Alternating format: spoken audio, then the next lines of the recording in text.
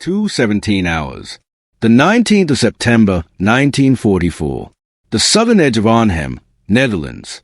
The sky is low and swollen with rain, clouds dragging their bellies across the blacked-out city. Somewhere beyond the tree line, an engine coughs, once, twice, then steadies into a dull, mechanical growl. Mud sucks at boots. Webbing creaks. A man exhales through clenched teeth, breath fogging inside his steel helmet. A red flare snaps open overhead. For half a second, everything is frozen in blood-colored light. Faces, rifles, the white knuckles gripping them. Then the ground erupts.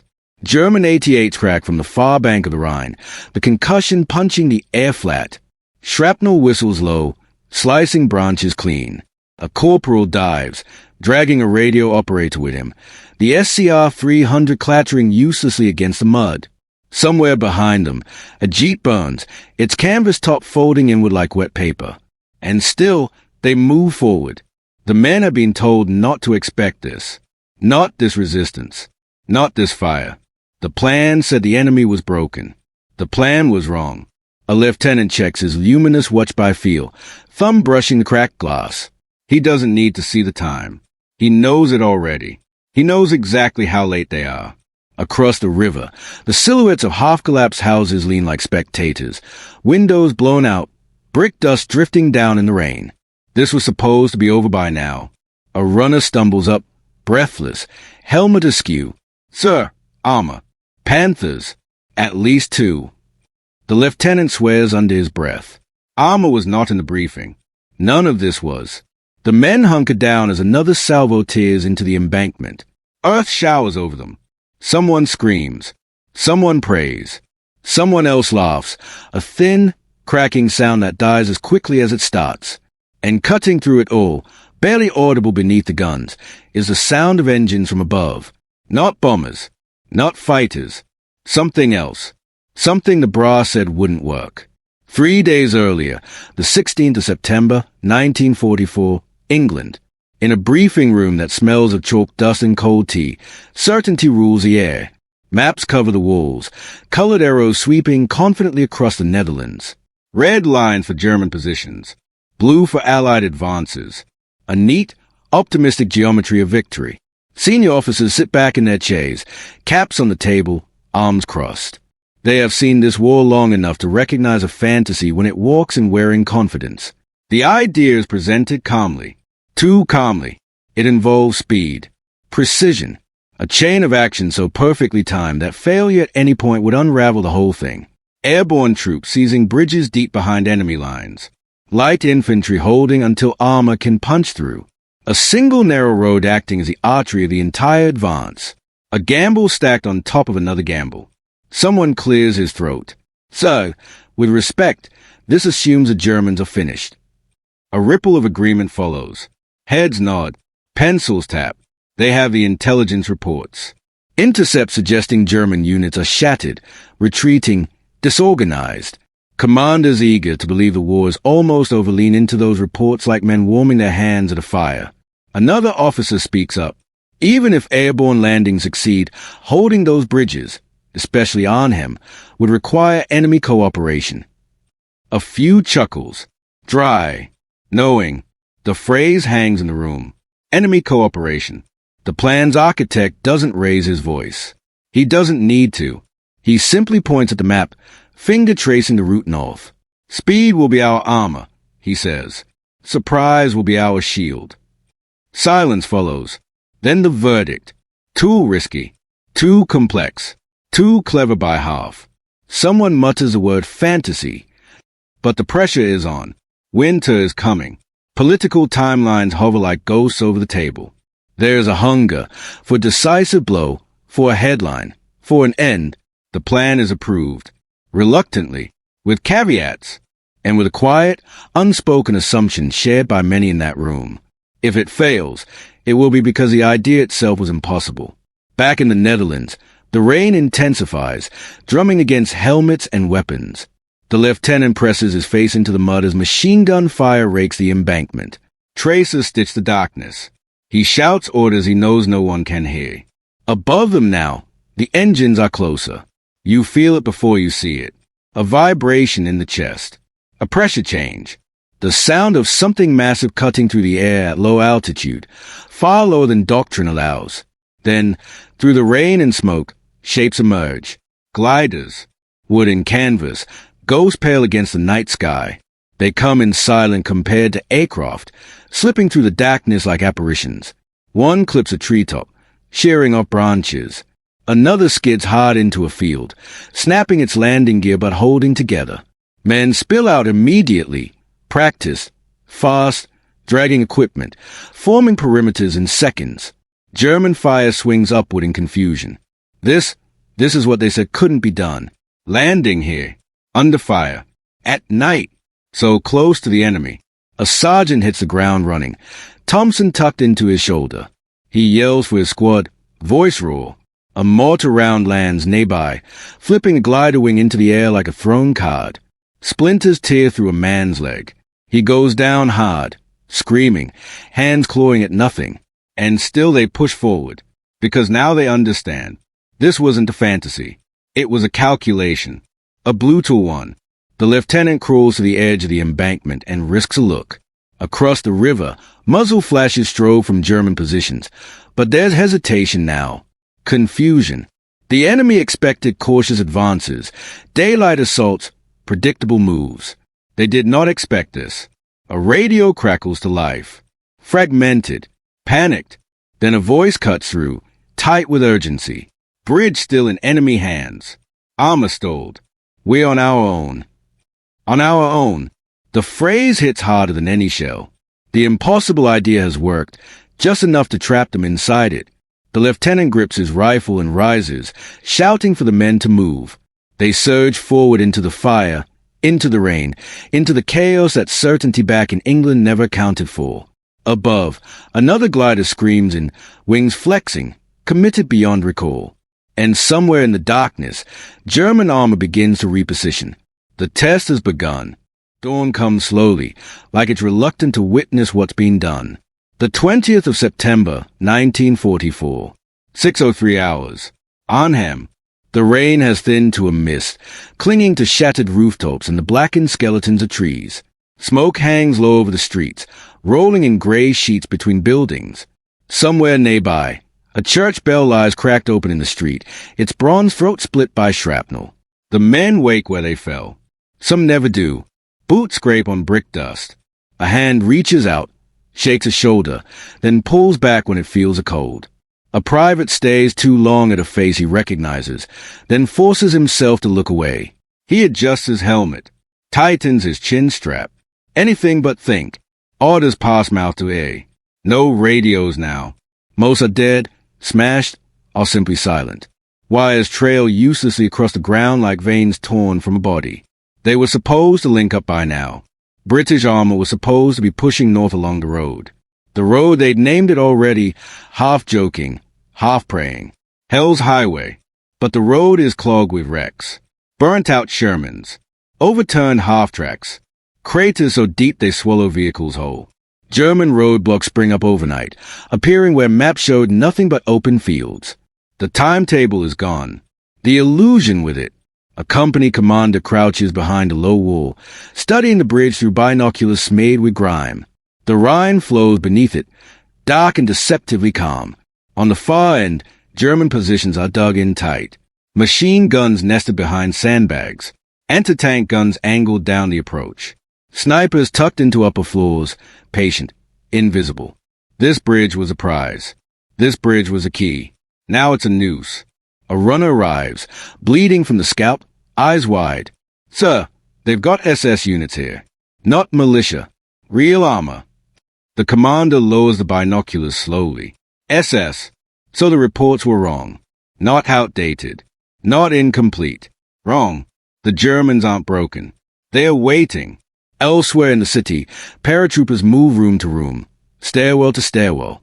The fighting collapses inward, intimate and vicious. Rifles are too long here. Pistols bark in hallways. Grenades roll across tile floors, followed by the sharp slap of bodies hitting walls. A platoon clears a house only to lose it 10 minutes later. Then clears it again. Each building costs blood. Each block feels heavier than the last. A medic kneels over a wounded man in the doorway, hands slick, breath coming fast. The man's leg is gone below the knee. There is no morphine left. The medic meets his eyes, nods once, lies. You'll be fine. The man smiles weakly, believing him. That smile will haunt the medic for the rest of his life. By mid-morning, German counterattacks intensify. Not probing, not tentative, coordinated. Mortars begin to fall with grim accuracy. You hear the thump first, then the whistle, then the earth punches up into your chest. Entire squad vanish behind curtains of dust and smoke. When it clears, there's less shouting, and more silence. A lieutenant drags a wounded sergeant into cover. The sergeant grips his sleeve, knuckles white. They said this would work. The lieutenant doesn't answer. What can he say? That faith doesn't stop shells. That certainty doesn't block bullets. That being right on paper means nothing when the paper's on fire. Across the river, German commanders adjust with ruthless efficiency. Orders snap. Units redeploy. Tanks grind into position. Their engines a constant, growling presence. The sound alone is enough to fray nerves. Every man here knows that sound. It means you're running out of time. The bridge becomes a focal point of death. Every attempt to push forward is met with crushing fire. Bodies pile in doorways. The wounded crawl, dragging useless legs, fingernails scraping stone. Still, they try, because retreat means annihilation, because holding means hope, and because someone, somewhere, must still believe help is coming. Afternoon bleeds into evening. The city burns. Fires spread unchecked, jumping streets, swallowing entire blocks. Smoke turns the sky orange, then black. Ash drifts down like dirty snow, coating weapons, faces, the dead. A radio, miraculously intact, crackles with a transmission. Broken, intermittent, armor delayed, heavy resistance, doing what we can. The words hang in the air. Doing what we can. It isn't enough. Men glance toward the south, toward the road, toward salvation that doesn't arrive. Some curse command. Some curse God. Some say nothing at all, staring into nothing with eyes already far away. A captain gathers what's left of his company in a ruined courtyard. Less than 30 men now. He looks at their faces, exhausted, hollowed, streaked with soot and blood. We hold, he says simply. No speeches. No promises. They nod. What else is there? Night falls hard. German flares bloom overhead, bathing the streets in harsh white light. Shadows jump and twist. Every movement risks death. Snipers on the darkness between flares. One shot. One body down. A private breaks and runs. He makes it 10 meters. The shot that goes longer than it should. No one goes to him. Near the bridge, a small force remains dug in, isolated, nearly surrounded. Ammunition is counted in handfuls now. Food is gone. Water comes from radiators, from puddles, from anywhere.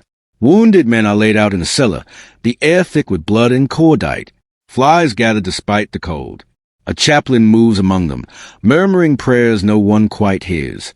Above them, the enemy tightens a ring. German loudspeakers crackle to life. A voice, calm, confident, speaking accented English.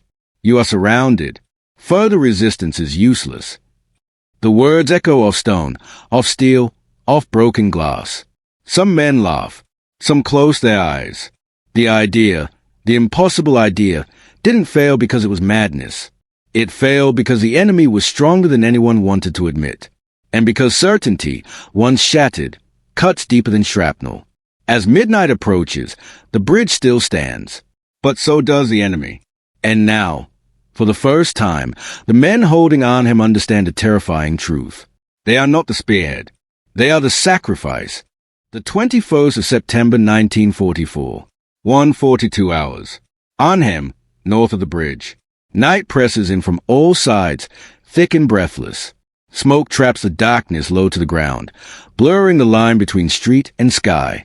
Somewhere, a building collapses with a hollow roar, sending a tremor through the cobblestones. No one flinches anymore. There's no energy left for that. The perimeter has shrunk again. A captain scratches a new line in the dirt with the tip of his boot, closer than the last one. He doesn't bother measuring. He can feel it. The enemy is leaning in now, shoulder to shoulder, testing for weakness. They always find it. Inside a gutted schoolhouse, men lie packed between overturned desks and shattered chalkboards. The walls are peppered with bullet scars, the blackboard split clean down the middle. Chalk dust coats everything, turning uniforms ghostly pale.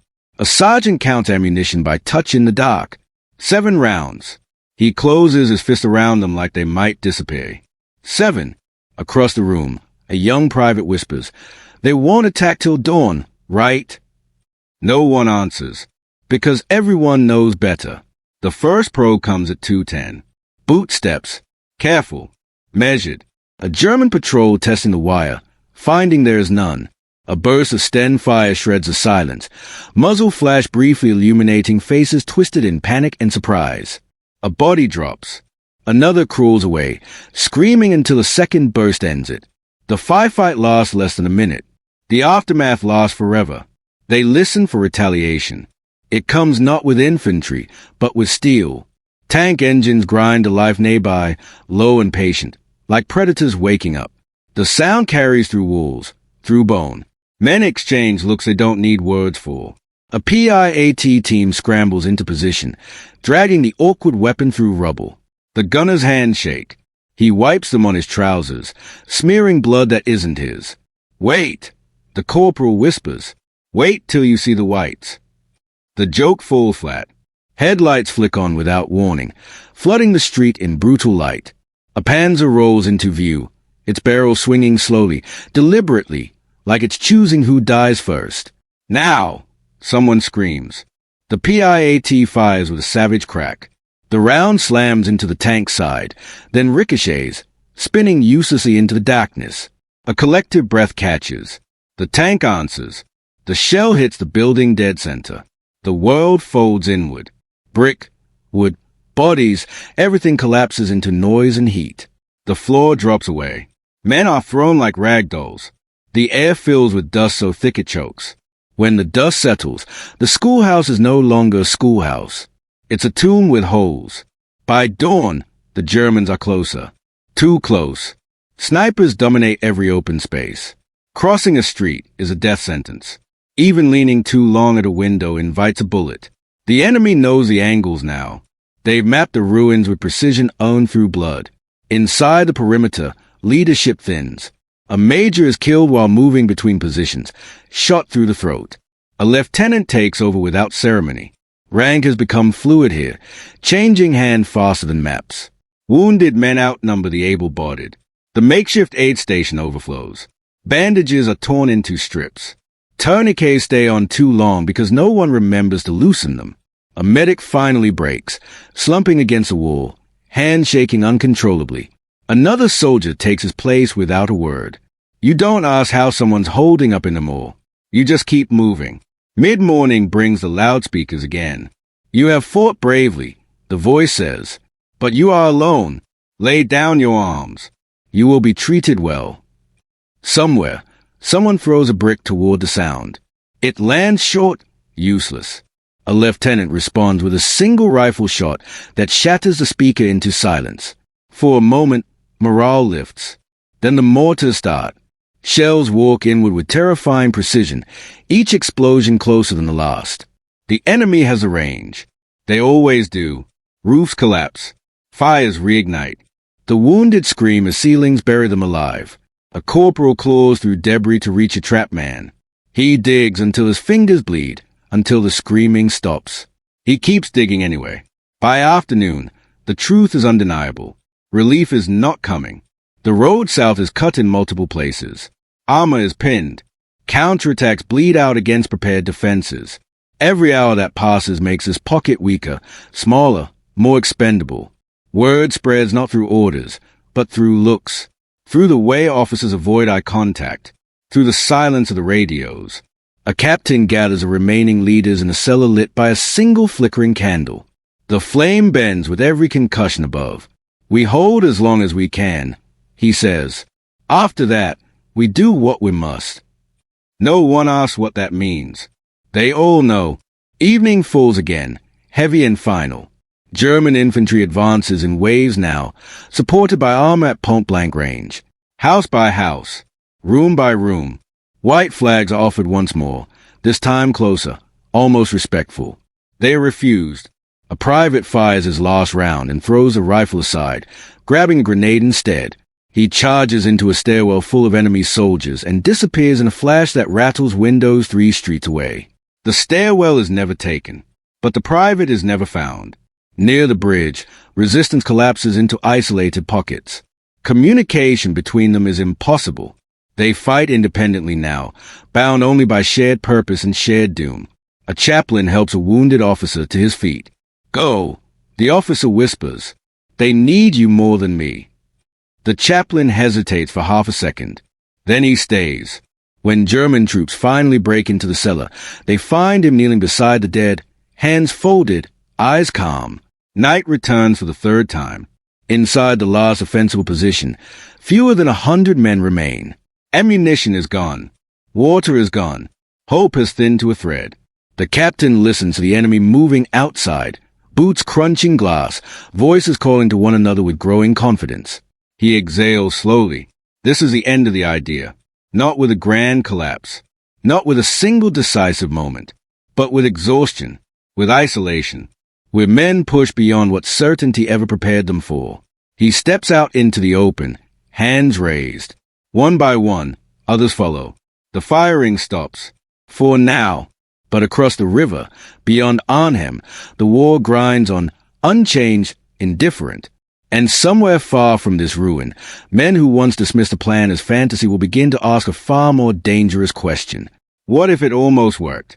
The 21st of September 1944. 23:58 hours. Arnhem, German-held ruins near the Rhine. The silence feels unnatural. After days of constant concussion, rifle cracks, mortar thumps, the grinding roar of armor, the absence of sound presses harder than any bombardment. Fires still burn, but even they seem subdued now, reduced to a low, resentful crackle. Smoke drifts without urgency. The city exhales. The prisoners stand in a loose column beneath a shattered street lamp, its glass gone, its bulb flickering weakly like it might give up at any second. Helmets are missing. Webbing hangs loose. Faces are hollow, eyes ringed dark with exhaustion and shock. Some men sway where they stand, bodies finally acknowledging what the mind refused to. German infantry move among them, efficient, controlled.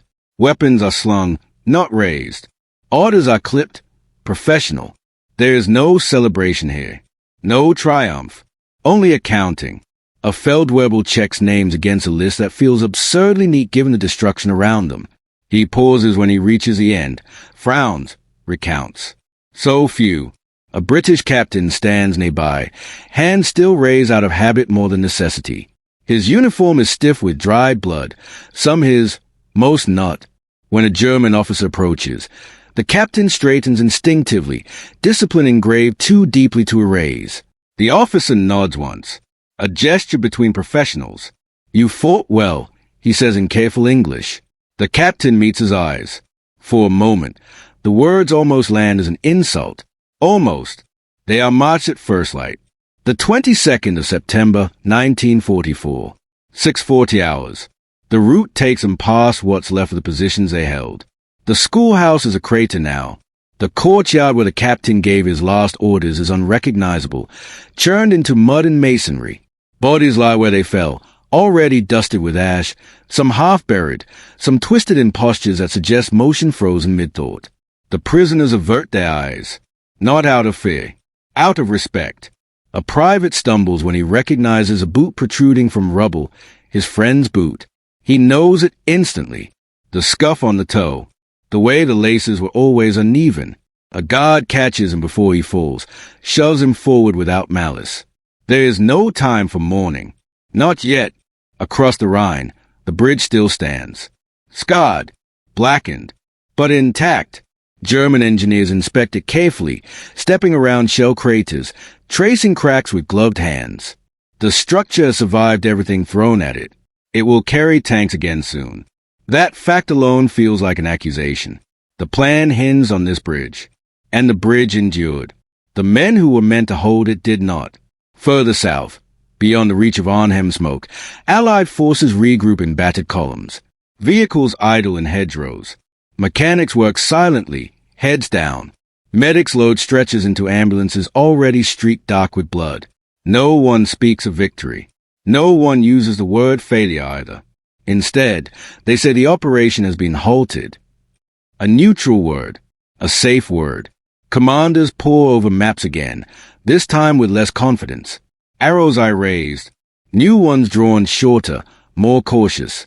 The optimism of days ago feels obscene now. Reports filter in. Casualties higher than expected. Objectives partially achieved. Enemy strength underestimated. Underestimated. The word appears again and again, like a quiet confession. At headquarters, the mood is brittle. Men who once dismissed a plan now sit rigid, eyes fixed on briefings they no longer interrupt. They've seen the photographs. Aerial shots of Arnhem reduced to scars and shadows. Recon images showing German armor where intelligence promised nothing but stragglers. One officer removes his glasses, rubs his eyes. They held longer than anyone thought possible, he says. No one argues. The question hangs unspoken in the room. If they had held just a little longer? Back in Arnhem, the prisoners are herded into makeshift holding areas, factories, warehouses. Schools repurpose again, this time as cages. Wounded men are separated, triaged with efficiency that feels almost kind. German medics work alongside captured Allied medics, sharing supplies without comment. A British sergeant watches a German orderly bandage an enemy soldier's leg with care. The sergeant doesn't know how to feel about that. War blurs lines when it's done with you. Night comes early again. In a crowded warehouse, men lie shoulder to shoulder on cold concrete. No one sleeps. The air smells of smoke, sweat, and antiseptic. Somewhere, someone sobs quietly, trying not to be heard. A lieutenant stays at the ceiling, replaying the last days in fragments. The flare at the start, the first glider landing, the moment he realized the armor wasn't coming. He wonders if he missed something. A sign, a choice that could have changed the outcome. He knows the answer. It wouldn't have mattered. Outside, German vehicles roll north over the bridge at last. The sound carries. Tracks clatter on steel. Engines growl. The war shifts its weight and moves on, leaving Arnhem behind like a spent shell casing. Days later, the story begins to form. Not here, among the ruins and prisoners, but elsewhere, in offices, in press releases, in speeches. The operation is framed as bold, daring, nearly successful. A risk that did not pay off, but almost did. Almost. That word does a lot of work. It transforms loss into lesson, sacrifice into strategy.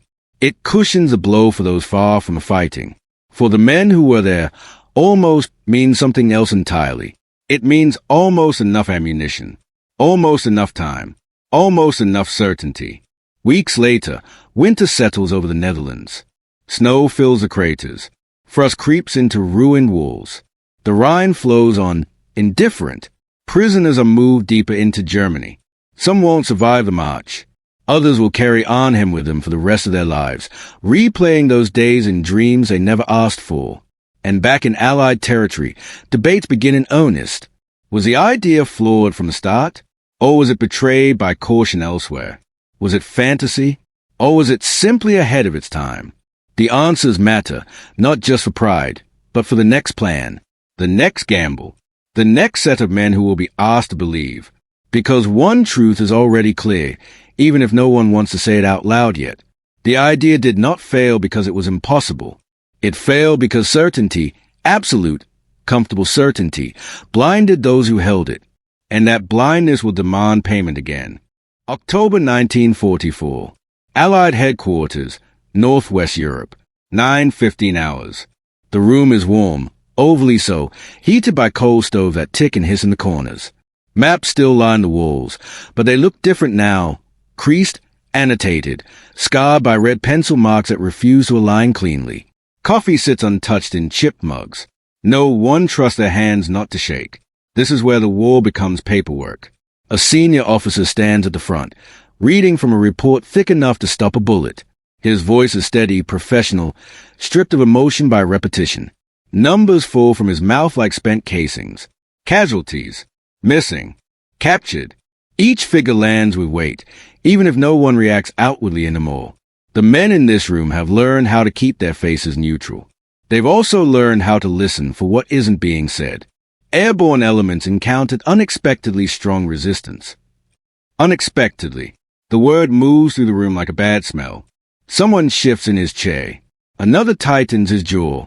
A third scribbles notes he'll never look at again, because they all remember the briefings. They remember the raised eyebrows, the cautious objections, the intelligence summaries waved away with a confident hand. They remember being told the enemy was finished. In the days that follow, the postmortems multiply. Committees convene. Analysts compare timelines. Reckon photos are laid side by side, arrows drawn, erased, redrawn again. The language becomes careful, legalistic, over-optimistic assumptions. Fragmented intelligence picture. Execution issues at multiple levels. No one says hubris. No one says arrogance. But it hangs there anyway, uninvited.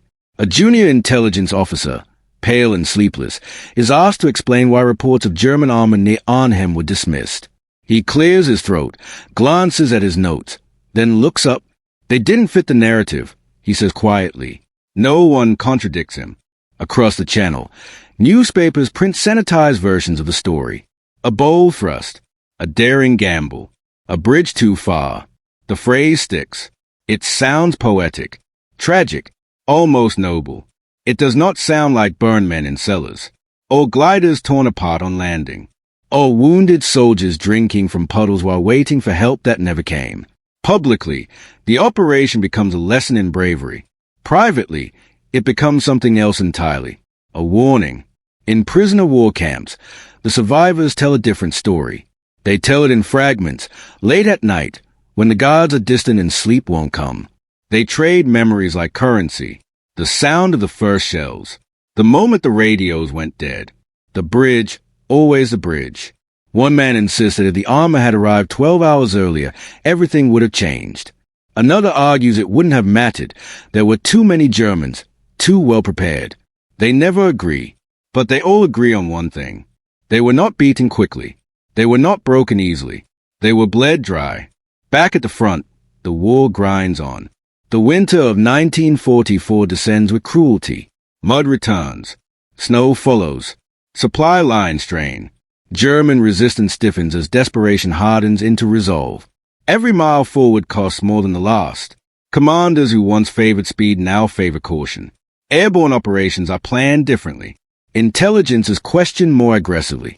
When someone says the enemy is weak, it's met with silence, then skepticism. Arnhem has changed the math. Yet the idea itself refuses to die. It resurfaces in quiet conversations, in late-night discussions over maps and whiskey. Officers argue not about whether it was wrong, but about how close it came. The bridges were taken. The drops were largely successful. The men held longer than doctrine said they should have. So close. That word again. One general sums it up bitterly. We proved it could be done. We just didn't do enough to finish it. No one replies. Because finishing is everything. Months later, as Allied forces finally push into Germany, the war's end begins to feel inevitable. But inevitability does not erase memory. It sharpens it. Those who planned the operation carry Arnhem with them. Some defend it until their last breath. Others retreat into silence, unwilling to relive decisions that cannot be undone. History will argue endlessly. Was it brilliance undermined by circumstance, or folly disguised as daring? The battlefield already answered. Not in theory, in blood. For the men who fought there, the reckoning is personal. A sergeant who survived captivity returns home thinner, older, quieter. Fireworks make him flinch. Bridges make him stop walking. He never talks about the Netherlands unless asked, and even then, only a little. A lieutenant writes letters to the families of those he commanded, choosing his words carefully. He avoids phrases like necessary loss. He sticks to names, to moments, to courage. He never mentions certainty. Years later, veterans gather. They stand near memorials built where houses once stood. They trace names carved into stone, fingers lingering on familiar letters. The city has been rebuilt, but the ground remembers. Someone mentions a plan, half smiling. They said it couldn't work. Another replies, softer, they were wrong about that. They stand in silence after that, listening to the river, because the final truth is uncomfortable. The idea was not fantasy. It worked, just not enough. And that makes it more dangerous than failure. Because when something almost succeeds, it tempts you to try again, to push harder, to trust more, to believe that next time, certainty will hold. Arnhem proved otherwise, and the war is not done collecting its lessons yet. Spring 1945, Western Europe, dawn. The ground is wet again, but this time from thaw instead of rain. Mud clings to boots as columns move forward through fields that were once front lines and are now just scars in the earth. The war is entering its final act, but no one dares say it out loud. Not yet. Men who survived Arnhem are here. You can spot them without knowing their names. They move differently. They listen longer. They trust less. A captain pauses at the edge of a river crossing, watching engineers lay planks with methodical care. He studies the opposite bank through binoculars long after others would have lowered them. When someone says the area is clear, he nods, but doesn't relax. He remembers a bridge. Airborne operations still happen, but they are altered now. Drops are tighter. Objectives more limited. Armor coordination obsessively rehearsed. Intelligence officers are allowed, encouraged, to argue. Certainty is treated like a liability.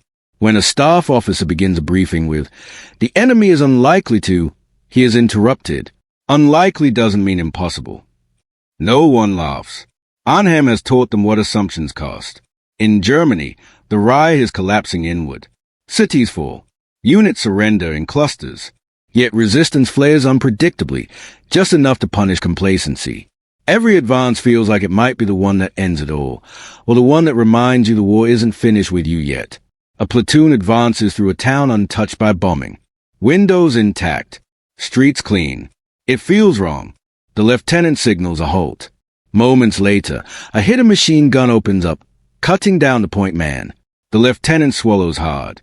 He had a feeling. He always does now. News reaches a POW camp slowly. Whispers first.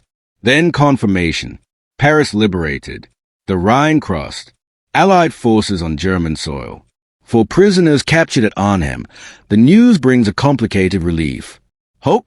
Yes, but also a strange bitterness. The war they bled for continued without them. History moved on while they waited behind wire. Some will go home soon. Some won't. Disease, exhaustion, and neglect take their own toll before liberation arrives. Arnhem still collects. When Germany finally surrenders, the celebrations are loud, chaotic, overwhelming. Flags wave. Crowds surge. Music spills into streets that only months earlier echoed with boots and gunfire. Veterans smile for photographs. But when the noise fades, memory remains. And Arnhem stays sharp. After the war, the official histories are written. Volumes thick with maps and appendices. Carefully balanced judgments. The operation is described as bold, flawed, nearly decisive. A failure, but an instructive one.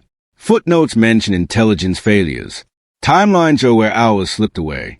Diagrams illustrate choke points and bottlenecks. What they cannot diagram is the cost of believing too strongly. They cannot chart the moment a plan becomes dogma. In military academies, Arnhem becomes a case study. Instructors ask students what they would have done differently. Hands go up. Answers come quickly, confidently. Better intelligence. More armor. Wider front. The instructor listens. Then asks a harder question. At what point should the plan have been questioned? The room grows quiet. That question has no neat answer. For the men who were there, the lesson is simpler. Never assume the enemy will cooperate. Never confuse optimism with intelligence. Never let elegance outweigh reality. They learned it in basements filled with wounded men, in streets owned by snipers, under skies where gliders felt like promises. Years later, as technology changes and doctrine evolves, Arnhem still whispers in the background of every ambitious plan. A reminder etched not into paper, but into people. Some listen, some don't, because certainty is seductive. It feels like control, and control feels like safety. Arnhem proved how fragile that feeling is. The idea they dismiss as fantasy was not impossible. It was incomplete. And incompleteness, in war, is lethal. The men who paid for that incompleteness carried the lesson forward, into the final battles, into peacetime, into memory. They became quieter, more cautious, more human, and that, perhaps, was the one thing no plan could ever account for. 1950s. Arnhem, Netherlands. Late afternoon. The city looks whole again. Brick facades stand straight. Windows reflect sunlight instead of flame. Children ride bicycles over streets that once ran with blood and glass. The Rhine moves beneath the bridge in an unbroken ribbon, patient, unchanged. If you didn't know, you'd never guess. That's how history prefers it.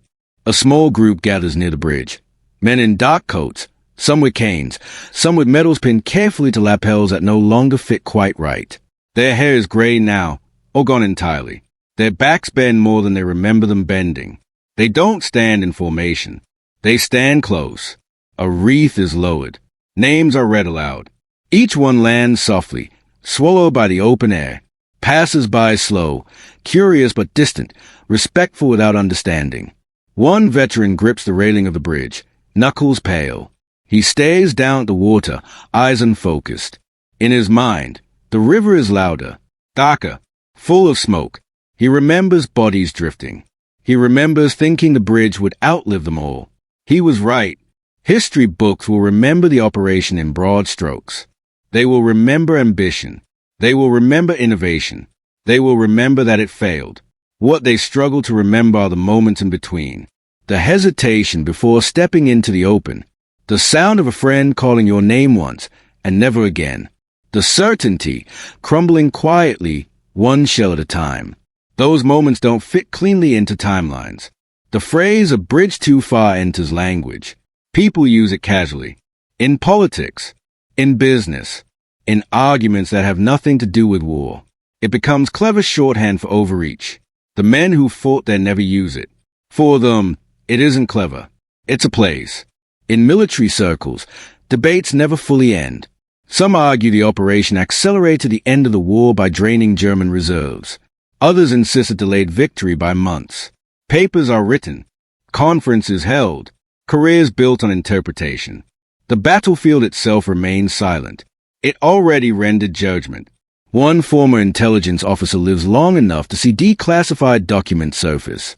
Reports he wrote, warnings he flagged, notes scribbled in margins, now yellowed with age.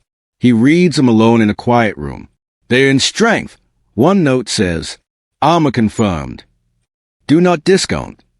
He closes the file. There is no satisfaction in being right. Only wait. Across Europe, memorials rise. White stones in neat rows. Names carved deep so time can't erase them easily. Families visit. Children ask questions. Parents answer gently, carefully, smoothing edges they don't want passed down. Some truths remain too sharp. The veterans age.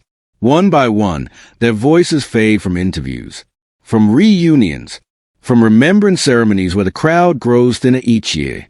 But the lesson doesn't fade with them. It lingers in doctrine, in hesitation before bold plans, in the quiet voice that asks, what if we're wrong? That voice was earned at Arnhem. The idea itself, once dismissed, then tested, then paid for, becomes a warning wrapped in temptation. Because it almost worked. And almost is the most dangerous word in war. Almost invites repetition. Almost encourages risk. Almost whispers that next time will be different. Arnhem stands to answer that whisper. The bridge still carries traffic. Trucks, cars, bicycles. Life crosses it daily, unaware. But beneath the steel and stone lies a truth no reconstruction can erase. Certainty does not survive contact with reality. And plans, no matter how elegant, are only as strong as the assumptions beneath them. As the sun lowers over the river, shadows stretch long across the span. The veterans turn away, one by one, leaving the bridge behind them. They have carried it long enough. History will take it from here. But whether it learns the right lesson, that remains uncertain. Present day. Arnhem Bridge. Early morning. Mist rises from the Rhine in slow, deliberate waves, curling around a steel-like breath on cold glass. Traffic is light at this hour. A cyclist crosses first, then a truck, their sounds muted, swallowed by fog. The bridge endures, functional, unremarkable, alive. It does not announce what it has seen.